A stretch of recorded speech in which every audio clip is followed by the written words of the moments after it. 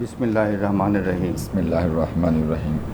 আমি আহমেদ আজম খান সশ্রদ্ধ চিত্তে সশ্রদ্ধ চিত্তে শপথ বা দৃঢ়ভাবে ঘোষণা করিতেছি যে আমি আইন অনুযায়ী সরকারের মন্ত্রী পদের কর্তব্য বিশ্বস্ততার সহিত পালন করিব। আমি বাংলাদেশের প্রতি অকৃত্রিম বিশ্বাস ও আনুগত্য পোষণ করিব। আমি সংবিধানের রক্ষণ সমর্থন ও নিরাপত্তা বিধান করিব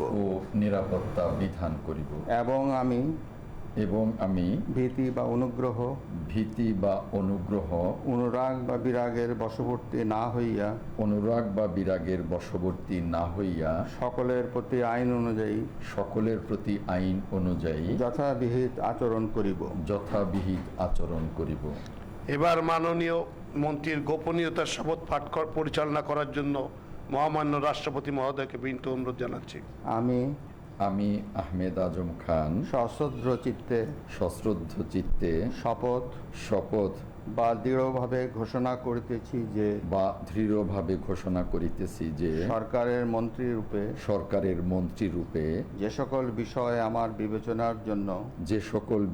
আমার বিবেচনার জন্য আনিত হইবে বা যে সকল বিষয় আমি অবগত হইব তাহা মন্ত্রী রূপে যথাযথভাবে আমার কর্তব্য পালনের প্রয়োজন ব্যতীত প্রত্যক্ষ বা পরোক্ষভাবে কোনো ব্যক্তিকে জ্ঞাপন করিব না বা কোনো ব্যক্তির নিকট প্রকাশ করিব না।